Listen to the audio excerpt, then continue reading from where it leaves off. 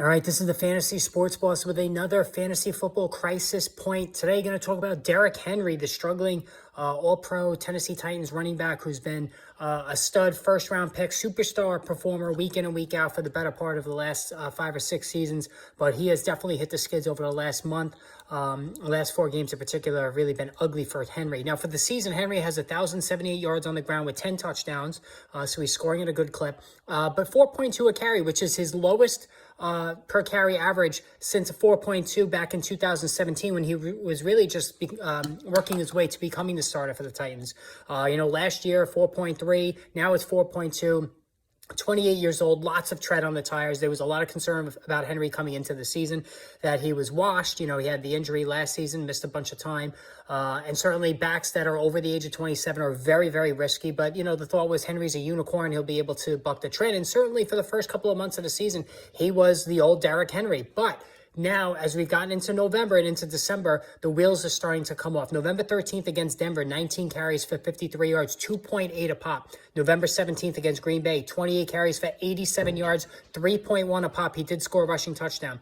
November 27th against Cincinnati, 17 for 38, 2.2. And then Sunday against the Philadelphia Eagles, 11 for 30, 2.7. So 3 of the last 4 games, he's been below 3 per carry, and the other one was 3.1.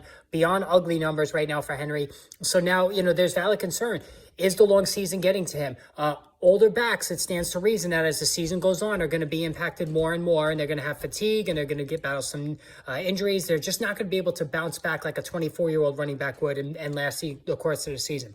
That is a valid concern, and it is something that could be happening here with Henry, who's moving in close to 29 years old. So with all the mileage already on his body, this is something that we can't just toss out out of hand and say that's not a factor. Certainly age in the long season could be conspiring to hurt Henry as we finish up the season here.